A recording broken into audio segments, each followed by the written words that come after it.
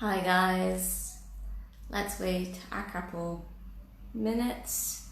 Ciao Christina, for everyone to join us for this Epicurean Capital online chat.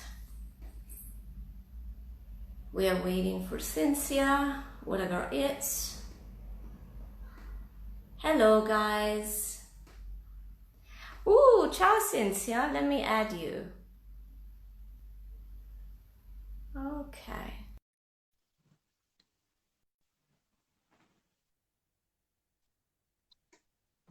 Ciao Cynthia. Ciao, Lucia. Ciao everyone. So welcome to this 7th edition of Turinepi Epicurean Capital online chats. Due to the coronavirus 19 emergency, most of our guests are stuck at home, and so we decided to go online and to share with everyone our chats that are usually about food and travel, but of course also lifestyle and many other things that we all enjoy. So Cynthia, could you please introduce yourself and share who you are and what you do? Hi, I'm Cynthia from What a Girl Eats, and I have been blogging for about 9 years. I'm also a kindergarten teacher, but almost nobody knows that. I went to culinary school after I left college, and I was trained in classical French cuisine, but I also did take classes in Italian, Scandinavian, Chinese, and actually North African foods in addition Wow. to the classical French. And then after culinary school, I left and went to England, and I worked in a pub, in a French restaurant. I worked for a catering company. I just kind of did all sorts of jobs. Came back to the United States and realized that working in a restaurant is really hard. It's got long hours, low pay, and you have to work a really long time to sort of make your way up the ladder. And I wanted to have a family and raise kids. So my stepdad said, why don't you become a teacher? It's 9 months. You can travel in the summer. You can travel at Christmas and Easter. And I went, sold. So I went back to school and got my teaching credential. And I also have a master's in teaching English to bilingual students. Oh, So, but when, wow. and we also traveled around the world on our honeymoon, which sort of kind of formed my blog tagline, which is healthy food with a global spin, because we literally just actually traveled around the world. And Yes. How many countries did you visit in your honeymoon? Is it what, 50 or you something? know, I don't know off the top of my head, but since I had traveled all over Europe pretty extensively, my goal was I really wanted to see India. I really wanted to see Southeast Asia. So, we decided together we were going to really focus on Southeast Asia. So we hit a lot of Southeast Asia and spent, like 2 weeks in India. That was kind of our main focus, and Australia, New Zealand. But Yes, of you can get course. a ticket and it just goes, as long as you go in one direction, you can go to as many countries as you wanted to. So we just thought we'd also get more bang for our buck in Southeast Asia. So like in Bangkok, we stayed in a hotel for $4 a night. Yeah. So, well, it I wasn't really a mean, hotel, it was a hostel yeah, in yeah, the yeah, red light yeah. No, district. no, I mean, I love Southeast Asia too. Mainly because I love the cultures and and the colors, but especially for the fabrics and the fashion. Because as a picky eater, I cannot eat many of the foods. But in your case, because you are a trained chef, I imagine that it was such a bountiful travel that you took, because you could taste and Yep. get a sample of everything, and especially for the fruit in the herbs and the spices. I mean, it was like, we would say in Italian, Pinocchio in the toyland, because to us that's the top. Yeah, yeah. Oh, I mean, the flavors in Southeast Asia are fabulous. But in my opinion, I'm not a vegetarian, but there is nobody that does better vegetarian food than the Indians. It's just really, really good. I just love India. And that's, people always say, what country would you want to go back to? I love India. I'd love to go back. And I'd also like to go to Nepal and Tibet. And So Yes, yeah, I yes. love everything about the Asian sensibilities, and like you said, the fabrics. So Yeah. my husband made me a cappuccino for today. Very good. Is it like one of those you frosted with a little cocoa powder Oh on yeah, he top? put cocoa powder on it. Yep, he put cocoa powder on it. He So has my seal of approval for that. I can't wait for him to Totally. go to Italy and taste cappuccinos like real cappuccinos. So Well, look, I'm generally not a coffee person, but I love cappuccino any time of the day. So you have all my envy for having it there. So okay, my question is, so you started from the food, and what sparked your interest in going to culinary school? I always loved to cook, and um, I was a latchkey kid, so I did come home a lot, and then I, make some, dishes or something. My mom would leave me instructions on what to make, but I just found myself just attracted to that. And when I was in college, I bought a really inexpensive French cookbook, and I just literally cooked everything. So I was making souffles, and I didn't know that that was supposed to be hard. I just followed the directions, and um, I was just fascinated. And with after college, because I have an English degree, my mom's like, "What are you going to do?" And I go, "I have no idea. What do you do with an English degree?" So my mom said, you love cooking. Why don't you go to culinary school? And she found this culinary school in San Francisco called the California Culinary Academy.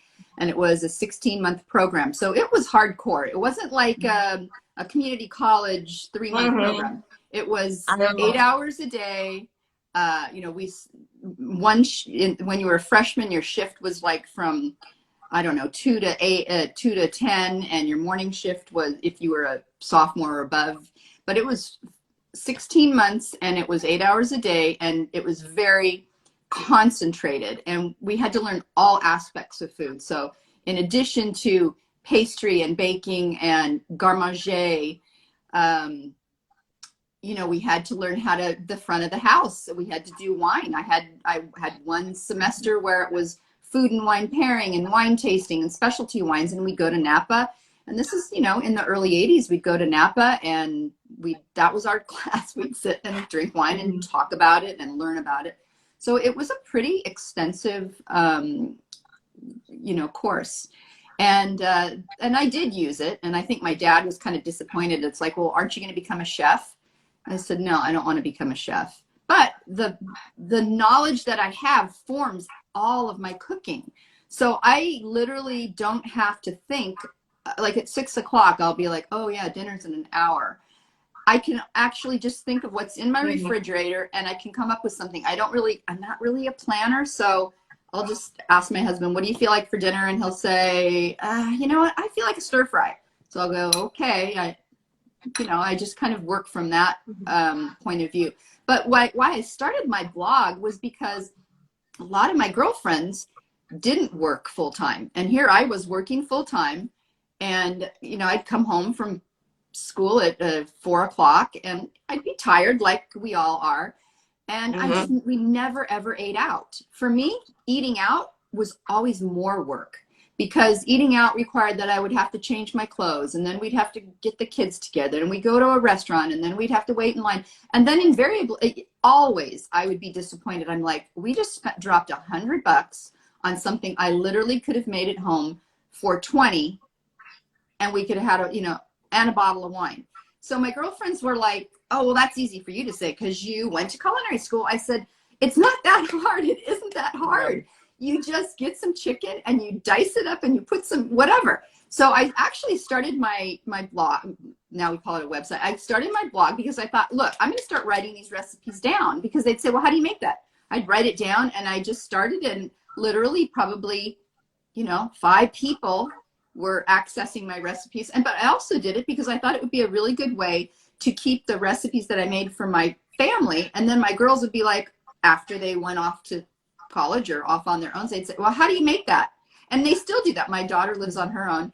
She's like, how do you make it? I'm like, Emma, it's on my site. Just go there, access it. Yes. But you know, I just wanted to tell people that you can eat really, really healthy food. And it doesn't have to be expensive. It doesn't have to be hard. So my kids grew up, we never had pizza delivered to our house ever, not once. So I know I'd What make about pizza, and also if we McDonald's? were gonna, what? Did you go to McDonald's? You know what? When they were little and there was, you know, a plaything, we'd have some McDonald's, and but it wasn't something that we did a lot. But you know, we never Cynthia? had pizza. Cynthia, I'm sorry to interrupt you, but I Sure. just wanted to say a couple of things about what you've just shared. So number one is, well, your experience fully resonates with me because Italians cook on a daily basis. To us, eating out is the treat. It's something we do maybe once a week, you know, for family occasions or to meet friends, but it's not on the daily basis. You know, something like what is that? Applebee's, eating good in the neighborhood where you can go every day. That's not something for us. McDonald's. Well, first of all, I gotta precise that when you eat McDonald's all around the world, most countries are forced to sell the American beef. And so according to where you go, the countries do not like the way that the animals are, you know, bred and how the meat is prepared. And so in like for us, at least in Turin, you see people, families eating at McDonald's, but that's not the average. Because even though it's very good, we don't like the flavor, we don't like the quality. If we want to eat cheap, we make it home. And we cook. We never plan, like cooking in a big batch on Sunday for the whole week and freeze the portions.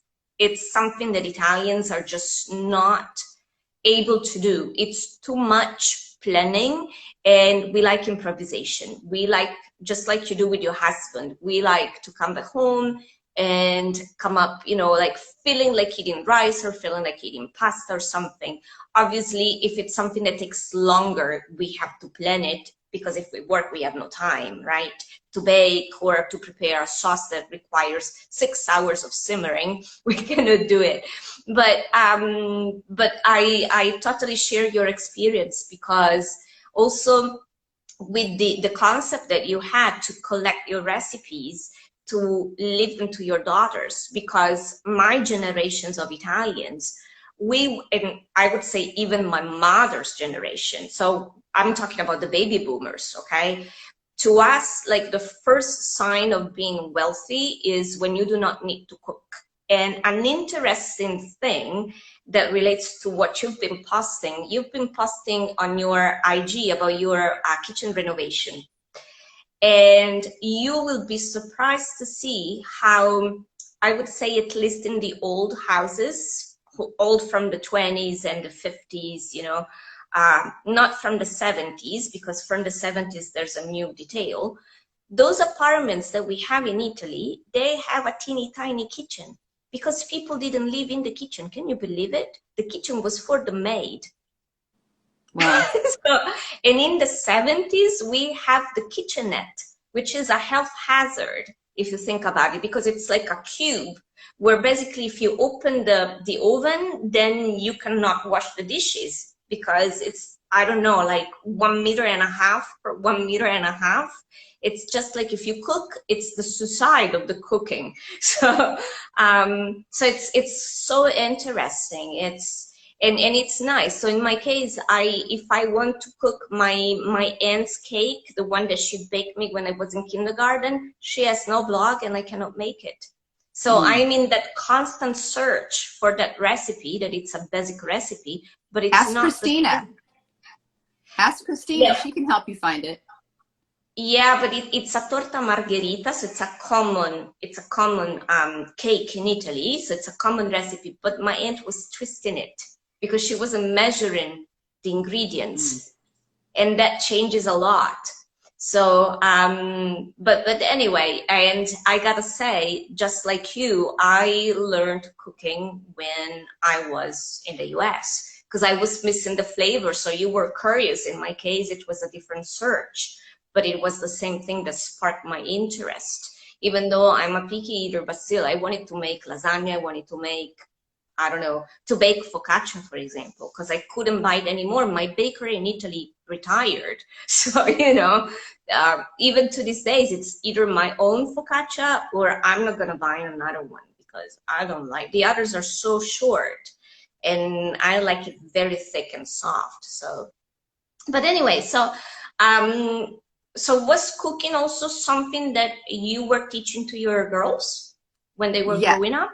Yes. And I don't think I ever, gave them like conscious cooking lessons, although I did start them on a knife. When I tell my friends, oh, my daughters are using knives, when they were 3, I'd put them in front of me with a dull kind of a steak knife, and we'd hold hands. And then as they were older, I would give them a paring knife, again, holding and curl your fingers. And so my youngest daughter, who's 19 now, she's a great cook, and she would be, I'd have her on the knife at 5, 6 years old because she already knew the technique. So she wasn't going to be walking around with it. And, I was right there next to her, and I wasn't giving her tons of like complicated things to do, but I just gradually sort of, okay, why don't you stir this? But when Christina and I were in Switzerland a couple years ago and we did a risotto lesson, I came back, I was like, I just want to make risotto, I don't know, twice a week. So then my older daughter is like, show me how to do it. So we watched the little video I took, and I said, just watch the guy, and like, it's all by feel. And that's what I love about cooking over baking. It's more feel, and it doesn't have to be measured. You can just taste it and go, it needs more of this. So now when my kids will say like, well, how does this taste? I'm like, you tell me, what do you think it needs? Does it need white pepper? Yeah, that's a good idea. Because I think one thing about American cooks is if it's all not written down, it had a teaspoon, and then it's like, well, it didn't turn out. Taste it. Taste it. What does it need? I like my food a little spicier. You might not. So we have to like let kids and even now adults know it's okay. Try it. Do it yourself. If you don't like, something spicy, make it less spicy. It's not that complicated. And I think that we tend to overthink the cooking and have a recipe right next to me and make sure it's all going to be great. I don't think it needs to be that hard. So I'm wondering if working with the kids, if in your kindergarten you guys have cooking classes for the children too, because in Italy, I mean, I'm 45, so I'm not young, and things in the years have changed slightly. But I remember when I went to kindergarten, one of the main activities was to bake bread. We were kneading bread. Another thing we were doing, we were visiting the houses of the kids to learn about the disposition of the rooms and the roles of each single, room in the house. And if you think about it, it's quite interesting now. And once we moved over to elementary and middle school, in the science class, of course we weren't cooking, but we were already doing some nutrition. So when I remember in geography, even in elementary school, we learned about the Mediterranean diet, we learned about the Asian diet, we learned about all these different eating styles. And why some are better than others, obviously always. And that was in junior high? This one was in elementary, actually. We started having elements of nutrition in elementary, and in 2nd grade, I remember as soon as we learned how to write, we took a trip to the market, because in Italy, at least in the large cities, every neighborhood has a market. Like for you, it would be the equivalent of the farmer's market.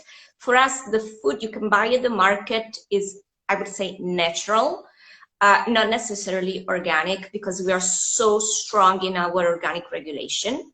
But still, you get the sense of the changing of the seasons. And so right when we were learning the seasons and the science that comes with it, then the food was linked to it, so that we would know that you cannot have cherries in December because that's not the season. And if you find it, if you can actually buy cherries in December, those cherries are coming from the southern part of the world, which of course by then we didn't have much of a concept, but we already knew that it wasn't proper, because like the cycle of the nutrients need to be constant, so to speak, you know. And so I was wondering if, you know, given that you have this background in cooking and of course in nutrition too, and you're a mom, if you had the opportunity to join the two things, because in Turin I know that a couple kindergarten have special English classes connected to foods, because some of the expats are bloggers, and so they teach those classes. Well, I do in a limited way, because we don't have kitchens in our classrooms anymore, and the school dietary rules are really strict. But like when I do apples, I have all the kids bring in an apple, and I bring my slow cooker in, and we start it in the morning and we make applesauce. And I tell them, this is apples and a little bit of water, nothing else. That you don't need to put sugar in applesauce, because usually they'll go and they'll, you know, get a container of applesauce and it's filled with stuff. But okay, one thing I have to say about what you were saying about the seasonal, and that's one concept that we really haven't learned in the United States, is the concept of the slow food. I think it's kind of slowly getting there with movies like The Biggest Little Farm that sort of talk about regenerative agriculture. But the problem here is that we want it, we get it. You want asparagus in November, you can have it. Do you want cherries in December? You can have it. And I think I miss those asparagus in the winter. Since I mean, you know, when I finally can buy them here, every day I eat asparagus because I still miss it. Well, I think there's more of a joy of eating in Italy. There's like that inherent joy because you don't get things year round like we do. I think we take food for granted more because we can get it whenever we want. So, and invariably my husband will buy a tomato in January and he'll go, this is a terrible tomato. I'm like, because it's January. So, yeah. But you know, the funny thing is that it's exactly the same thing for fashion styles. So I like the fashion from the 80s. I like the colors, I like the design of the shoes and the cut of the pants. And trust me, in the 90s, I might have bought 2 pairs of shoes and they were sneakers, because I just refused to buy, you know, what the fashion was back then. And so everything is trendy. It doesn't matter if it's the nature trend or if it's like an imposed trend by the market, but everything is still pretty much, you know, well, in the US, you have any kind of choice and you can also customize a lot. And this is coming over here too, but you have to know the people, you have to know the producer, you have to know the designer. And that's the same for almost everything, except for, you know, produce, because the one doesn't depend on anybody else.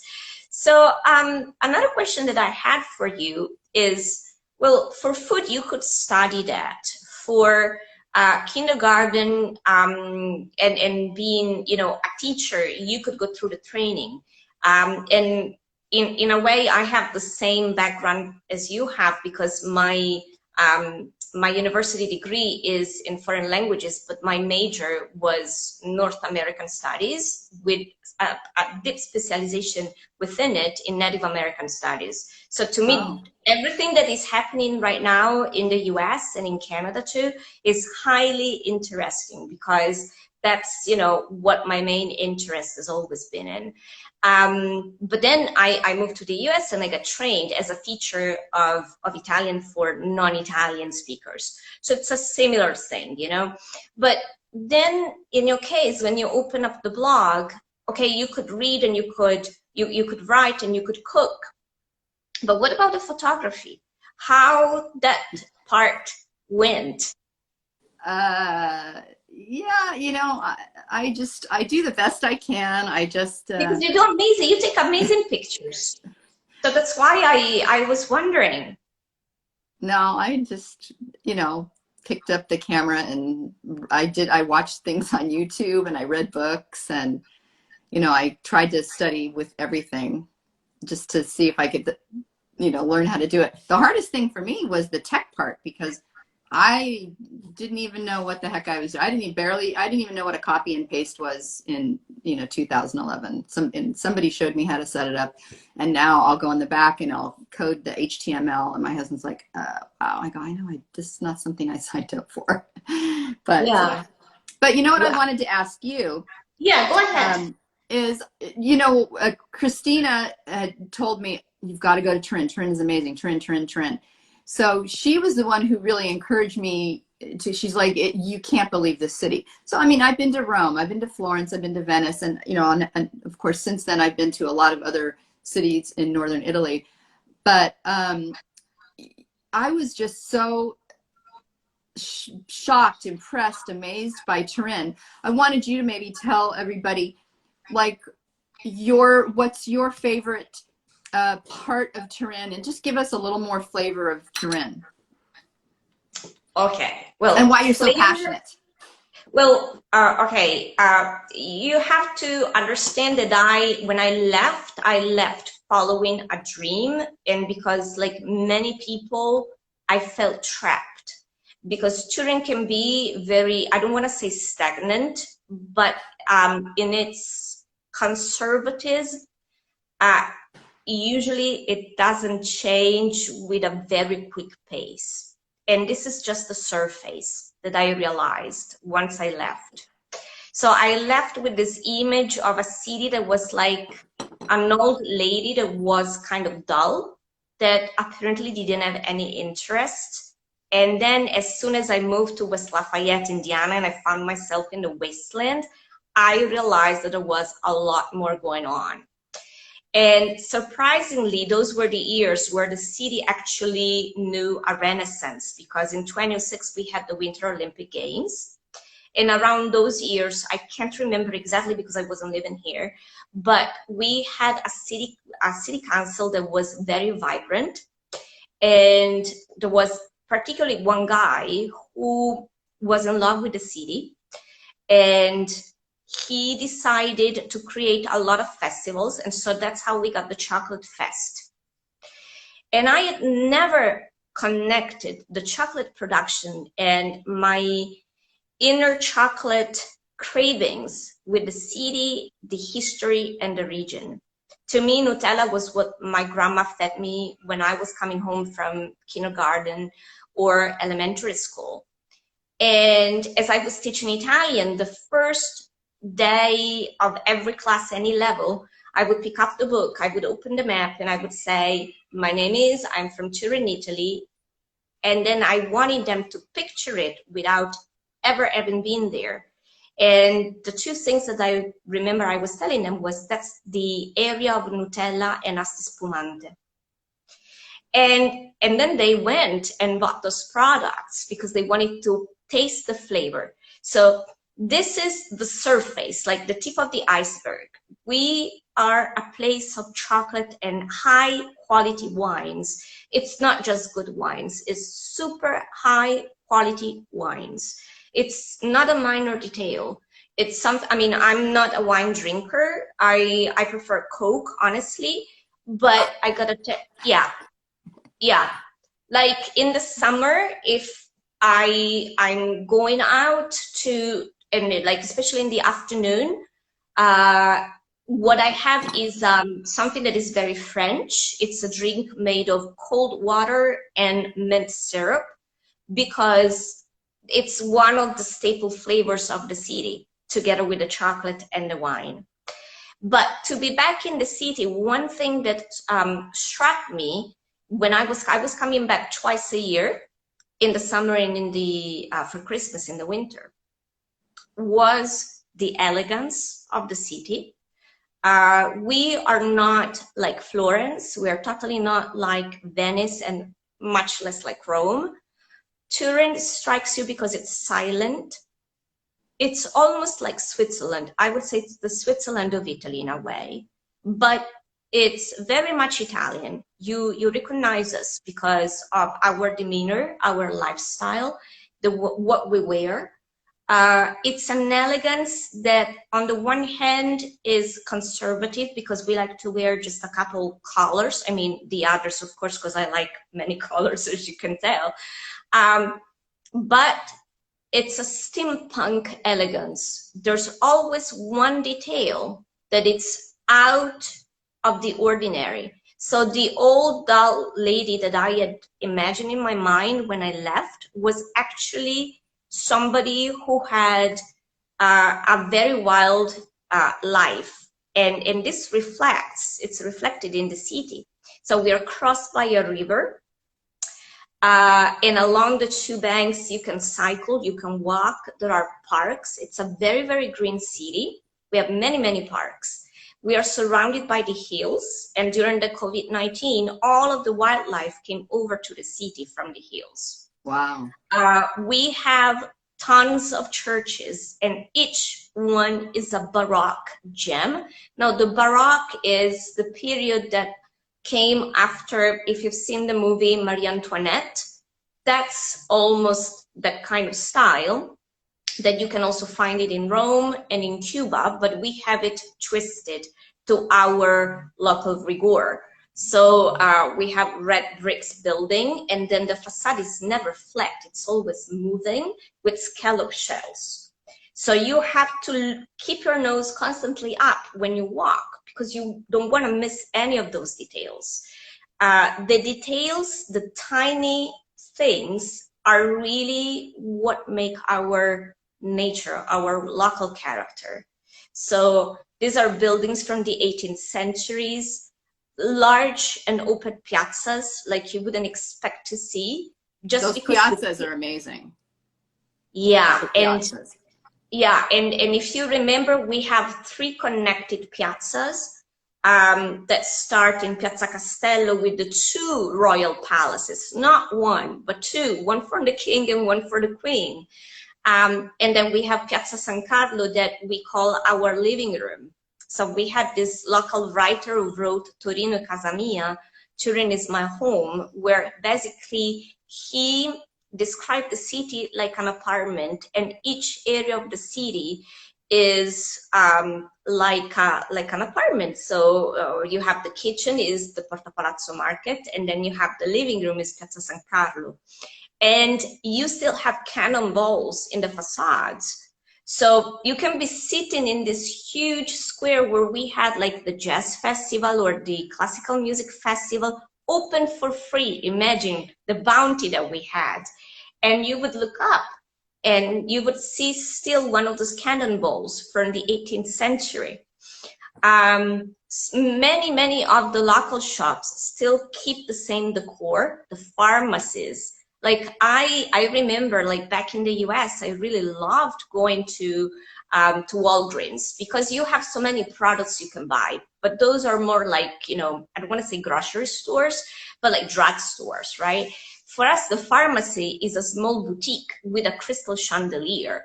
So, I mean, and some of them have like a sign on the top saying Royal Pharmacy because the king used to go there. So it's basically a Stargate. That's the only word that I can think of to describe Turin. It's a Stargate because you're in Italy, and you're in the present, but you're brought back in the past, and it's like living on 2 different tracks, like right at the same time. And it's still you, except you look around and you find yourself in a wonderland. This is how I feel. Yeah. Well, the other thing I was really impressed with, you know, Christine and I went to a lot of little, like we went to Brescia, and then we went to so many places in northern Italy. It's like everybody wants to go to Rome, Florence, and Venice, but you can get so much from Turin at what, half the crowds, and just as beautiful, and with just as many museums and nightlife and excitement. I mean, we went to that the Turin Auto Show last year. That was like so much fun. We just walked up, and this was this huge international auto show, and we, you know, Christina made reservations on her phone. We walked in. It was like, oh my gosh, why are there not more people here? It's kind of like you want people to know about Turin, but on the other hand, you don't want them to know because you kind of want to keep it for yourself. No, no, no, no. Trust me, the population, everyone, this is 35 minutes. The population wants to have more visitors. The people who are in the business crave for more business. We have no tourist traps, very, very Right. little visitors. We are suffering, and it's been years. The problem is in the communication and in the perception. So we suffer from a big Cinderella syndrome. We are, I would say they, because it's not me, as you know, the people who are like in the management elite, they think that we don't deserve the crowds. We are never going to be at the level of Venice and Rome and Florence. And so why even trying? What it worth? And I gotta tell you, it's been a struggle. It's been a struggle to show that even the tiny little espresso cup or our staple coffee that has cocoa and fruited milk is a unique product that deserves to be tasted right over here. Because for us, we take it for granted, just like for you in the US, you take for granted your seasonal foods 12 months a year. For us, our bountiful of culture, it's something that, yeah, it's every day, you know.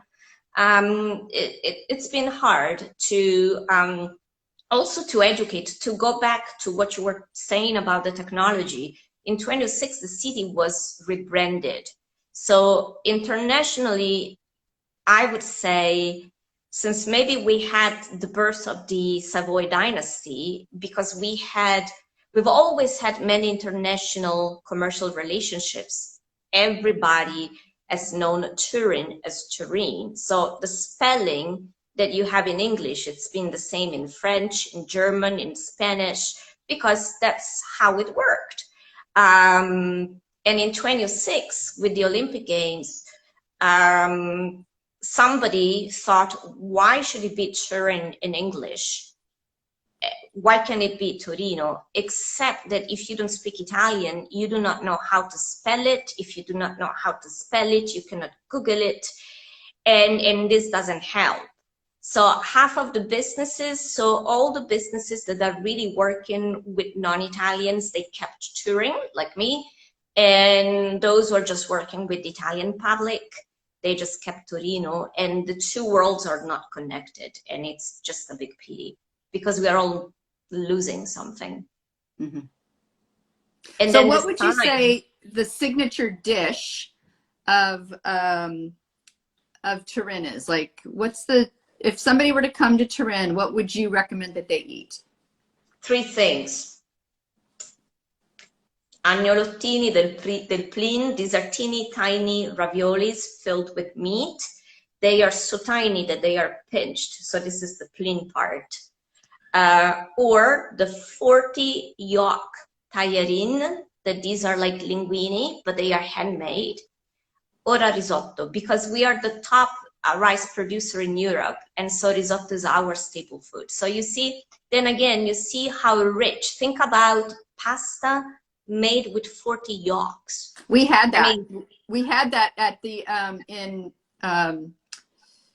the Best Western. That yes, fabulous. Yes. We went to Incherasco, right? Yes, yes, yes.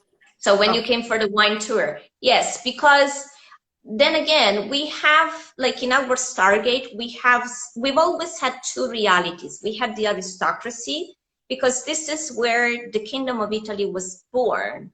This is where the Italian kings were from. And so we're talking about braised meats in high quality wine and like luscious foods with chocolate and hard liquors and something that in the US and North America in general, you would tend to pay a lot for it. And for us is our daily food. And at the same time, then you have the countryside and the poor cuisine that is pure simply because you have no meat. But then you have all the herbs, you have local fish, local cheeses, we produce like over 300 different kinds of cheeses.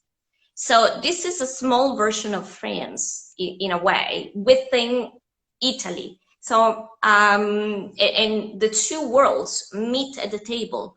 So our regular menu is never just one or two dishes. We have an antipasto, and the antipasto changes seasonably too, because some seasons you have more foods, more qualities, more variety, and other you just have less. But it's usually like a salad or some cured meats.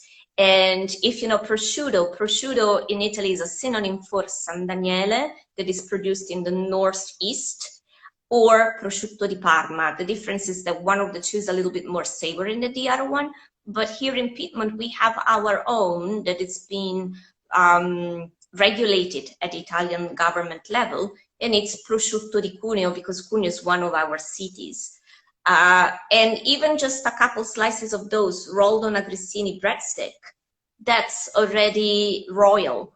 And then one of these three dishes I mentioned, so a risotto, tagliarine, or agnolotti, either with a cheese that is produced in this monastery from the 12th century, or a ragu that has been simmered for hours and hours, but of a specific animal. I think we had the 40 yolk pasta with boar. Yes. It was like a boar ragu. Yes, because that's the animals that we have around. So it's not going to taste like a bolognese sauce, because it's a different product. And if you think about, for example, the herbs that you can add, and the variation you can make, to all of these, according to the places you go in the region, you'll never taste twice the same thing. And then for a second, usually that's a meat dish. It's usually a roast. And then if we're talking about, well, one thing that certainly I need to mention is a vitello tonnato that we call vitel tonné. That's veal roast. It's our appetizer, actually. So it's a veal roast that is served cold with a tuna mayo.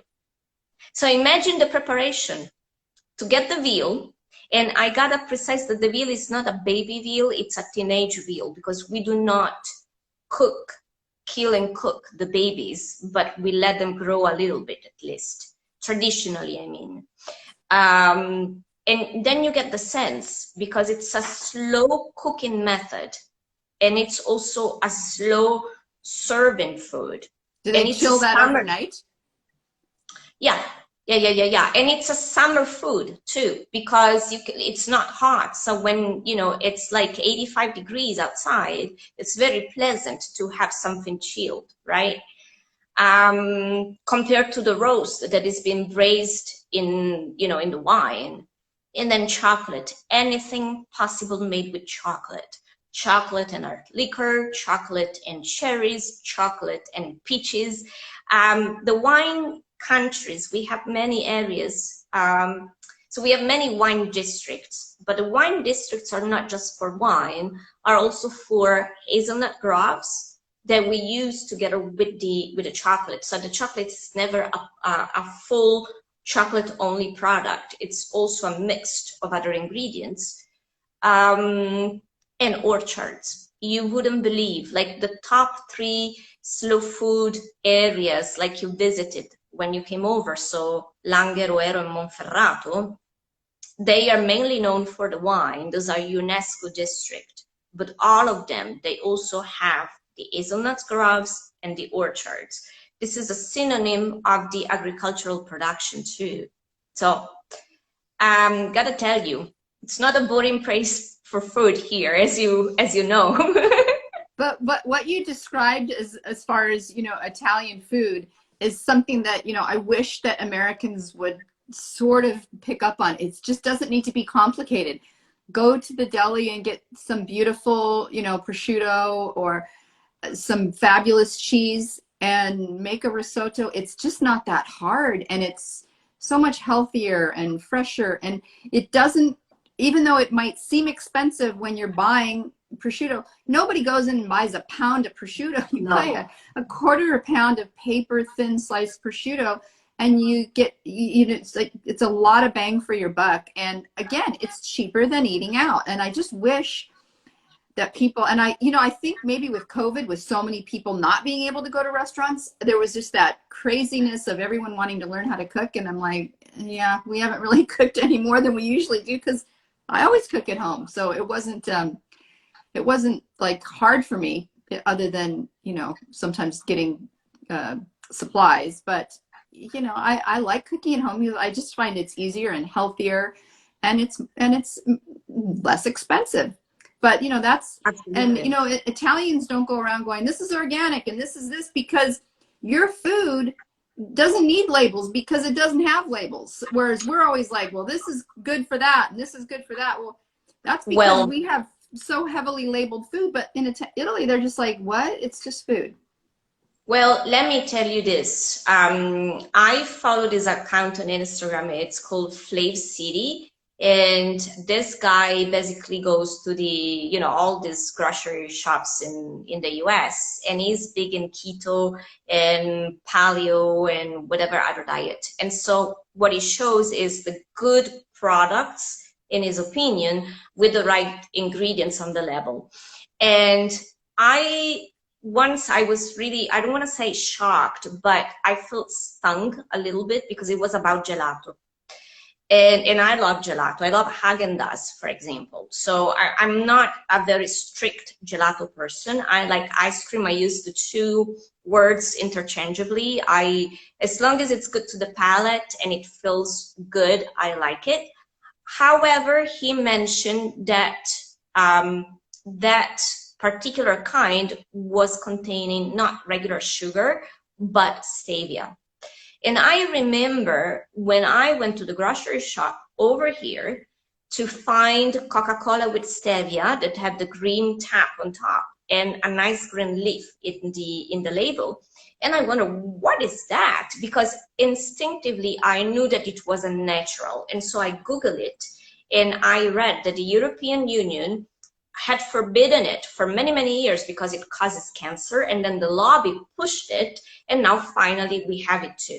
So one of the things that I retain from my nutrition and science classes is that, of course, I mean, if you have problems in processing the sugars, then you have to follow a certain diet. And of course, you shouldn't be indulging too much in anything, but everything taken with moderation is not going to harm you. And so we are very, very strict about the whole production chain of what we eat, because for us, our food is our medicine. So if we do not eat well, we get sick. And if one person is sick, the whole community is going to live bad. And we saw what that means with COVID-19, because our percentage of diabetes is below 4% at a national level. Our people who are overweight is very, very small. Heart disease, that's another one. So I remember that I went and I really wanted to look what the percentages were, because when I go around, when I walk, and we walk a lot, we might not go to the gym because it's expensive, but we walk everywhere just to burn, you know, all the fats we eat and keep fit in a more natural way. And I found out how small our percentages are, even within the European Union. I would say probably just the Mediterranean countries are more or less on the same level. And yet you'd be surprised by the Spanish food, because it's not as strictly regulated as our Italian products. The French are very big too. So I used to say that the France and Italy are the two big pains in the butt of the European Union, because we push it and push it and push it to regulate it. If you sell chocolate, labeling as chocolate, the percentage of chocolate must be fixed, must be set. If you sell what we call pasta all'uovo, the egg pasta, the number of the yolks need to be 6 per kilo of flour. Wow. It cannot be whatever, because, and you know what, when I was in high school, I had like what we call law classes, and I remember that when we were studying how the European Union is organized and all the departments and everything, the first example we were given was about food, because the French have the same feeling for traditional recipes to keep their identity alive. This is also what we do to keep who we are alive, our personality. We have to keep the food alive, the tradition, the recipes, the way we grow the food. So with the black currant syrup, it's the same thing. It's not whatever that you can just label it. And so back when I was in the US, I was telling my students, do not get happy with reading product of Italy, because what you want to look for is made in Italy. There's a big difference. And otherwise you can call whatever zumbubu, like I remember like the Barilla Tortellini 3 cheeses. What are those 3 cheeses? Because it's not written. So you might want as well call them zumbubu because it's the same. Well, unfortunately, we don't have the same strict, regulations in the United States because we're controlled by, PACs and lobbyists and big pharma. So, I wish if we could learn one thing, it's to eliminate vegetable oils from our diet because of how dangerous vegetable oils are. But one thing you were mentioning, all the food you're mentioning is high fat, because we've learned that fat is not bad for us. It does not cause heart disease. And it's just a shame that we are not embracing the Mediterranean diet with everything, not just the olive oil, but the use of the butter in the north and all the beautiful cured meats. So and heavy cream too. I mean, it's not the one choux chantilly that you have at breakfast with your coffee that it's going to get you a heart attack. If you have a healthy lifestyle, if you exercise, if you even just if you walk instead of driving, but of course the territory then comes into play, because in Chicago you wouldn't be able to go to work just walking. Well, same as LA. Yeah, we drive everywhere. And then think about the weather. I mean, in California, you're lucky because you have like the Mediterranean spot, but in the Midwest, it's just not feasible. It's far too cold, and you really have to commit, even when it's, 30 degrees Celsius below zero, to really go to the pool. I was doing it. I had a lot of fun. I loved it. But, thinking now in Italy, would I do it? Probably not, because I have other ways, So it's still, a question of priorities and values. And inevitably, these comes also into politics and ethics. And it's interesting, though, how even in those fields, even in politics, food is food. So no matter, I mean, we don't have people who are against science or who claim that climate change isn't happening, because we see it. Yeah.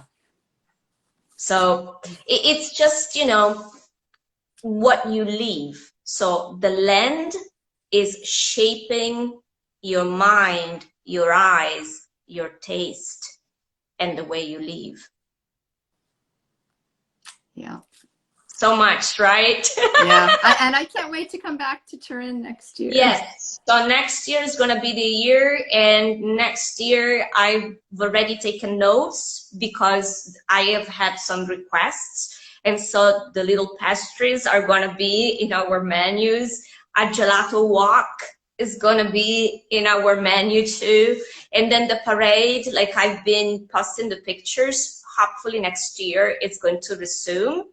And so we can enjoy it, and we'll have the choice between 2 days, and maybe even a tour of the market would be nice, because what you said about cooking risotto sounds like a hard thing, but when you go shopping here, if you do not know, like let's say you see eggplants and you wonder how to cook them, the person who sells you is going to give you the recipe. Wow. Okay. So, everything is very feasible. The only limit is what you give yourself. So 2021 in Turin, Yeah. All right. Okay, so I'm glad you're doing well, though. I'm glad it looks like hopefully Turin's recovering and you're doing better. People are starting yes, to get yes. I out and mean, walk around. look, people are cautious. Everyone is wearing a mask. We have a few episodes of people who refuse, but very, very few, and mainly on the buses.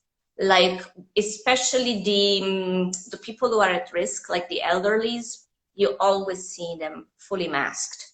So it seems that so far the infection is hitting the youngest ones, like high schoolers, because they go Wow. around, but they are not in the ICUs. So our ICUs and hospitalized numbers are really, really under 100, which is amazing for us. That's good. And so this is good. Um, about the second wave, nobody knows, Right. because we can only wait and see how that's gonna be. But so far it's good. And as long as you're free to walk, you can sit. Like, I went for a gelato on Saturday. For the first time, I could sit inside the shop at the window, like I had been dreaming for so many weeks. Who cares about a face mask? When you walk alone, you don't need to wear it. So it's Right. good. Yeah. Okay, thank you so Thank you much so for joining much. me. And Cynthia, I wait for you in 2021. So to all our friends, please keep following and start visualizing yourself here in Turin and following Cynthia. You will see what you can do. And yeah, no tourists, no visitors. And follow Turinepi because she always posts beautiful pictures of Turin. Thank you. Thank you, All right, Cynthia. ciao. Thank you, friends. Ciao, guys. See you next Bye. time. Bye-bye.